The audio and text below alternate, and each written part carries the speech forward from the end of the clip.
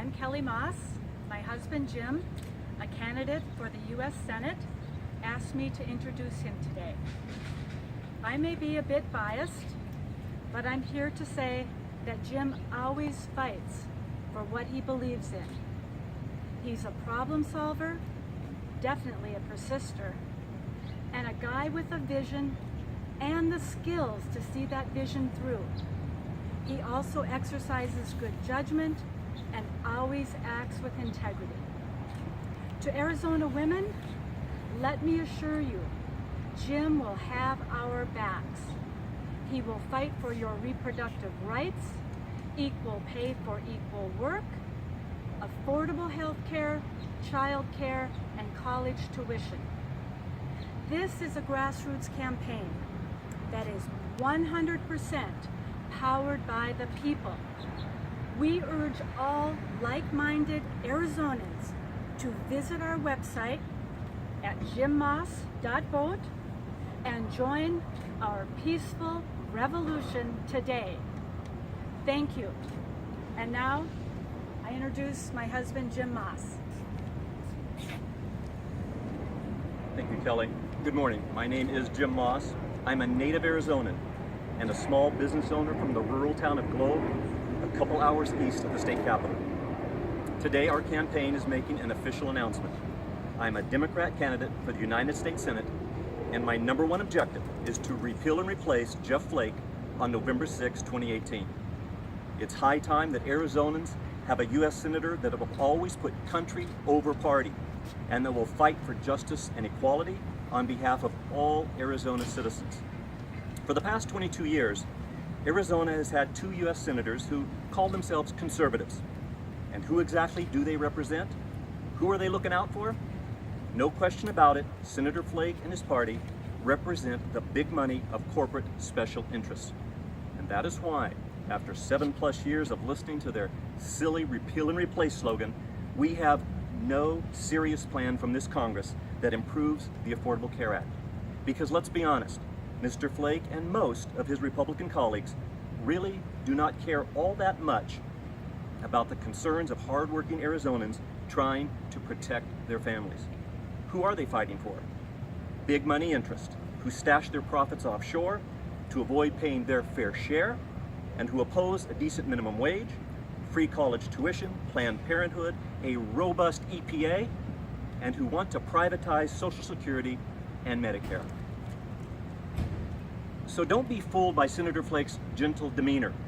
His votes in the U.S. Senate are anything but gentle for middle-income families struggling to make ends meet. Furthermore, Jeff Flake may be selling the notion that he is terribly offended by his commander-in-chief, yet he has voted in lockstep with the Trump agenda 93% of the time.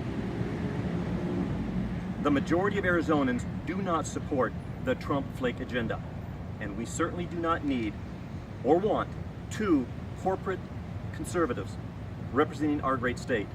One is more than enough. My wife Kelly and I are both former public school educators here in Arizona. We understand how essential a consistent and substantial investment in public education is to move the needle of progress forward, something that has been missing in Arizona for decades. Our state's poor ranking for K-12 education is no mystery. Too many of our elected leaders, for too long, have paid lip service to quality K-12 education, yet dole out taxpayer dollars to their big money donors instead of investing in our children and our future by strengthening Arizona's public schools. The federal government also has an important role in bolstering our nation's public schools. Yet Mr. Flake and his like-minded colleagues, with extreme views about taxation, privatization, and the appropriate role of government, demonstrated just how much they really do care about vibrant public schools when they voted to confirm Betsy DeVos as our nation's top education official.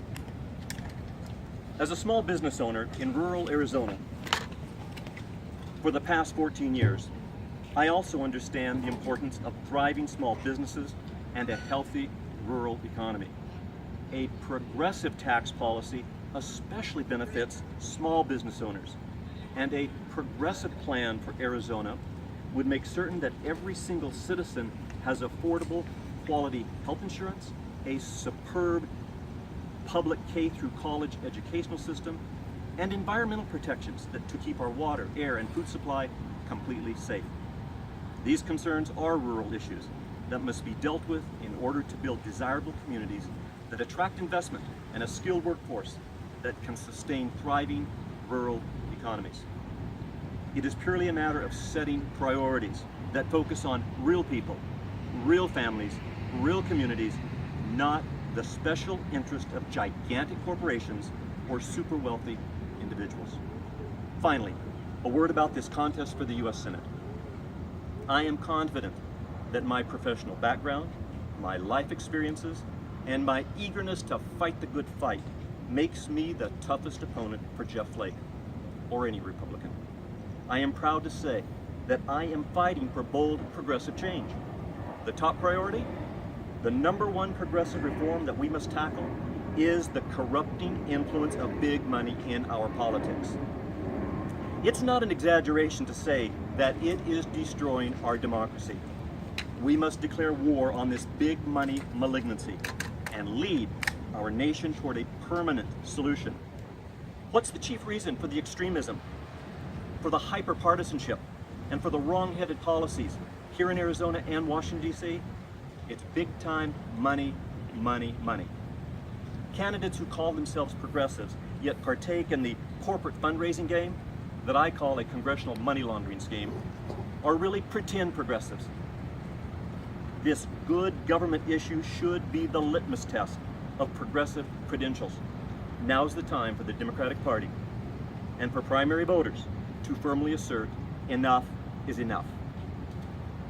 We must ask, do we want to support a candidate who is a prolific corporate fundraiser or is powered by real people?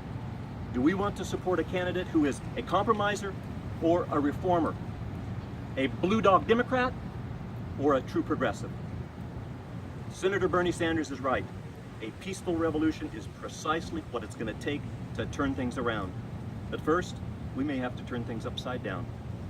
If the Democratic Party and primary voters try to thread the needle and water down a bold progressive message by nominating a corporatist centrist, I'm afraid Arizonans just might be seeing a lot more of Senator Jeff Flake after November 6, 2018, because true progressives may not stand for it this time. Many of us, myself included, realize like never before just how important it is to get the corrupting influence of money out of politics and governance. The good news, we do not have to wait for a new Supreme Court to overturn Citizens United. Congress can begin the reform process by passing a 28th Amendment to the U.S. Constitution. Such an amendment has already been introduced in Congress, for which there is significant support. We can do this. For my part as a candidate, my pledge is not one dime of corporate PAC money will our campaign accept, not one dime. For me, it's the Bernie way or the highway. If given the opportunity, I will work tirelessly with Senators Bernie Sanders, Elizabeth Warren, and others to pass a constitutional amendment that will finally rid Congress of big money special interest and begin a new spirit of reformation within the halls of Congress and across America. We are fired up and ready to run. Thank you.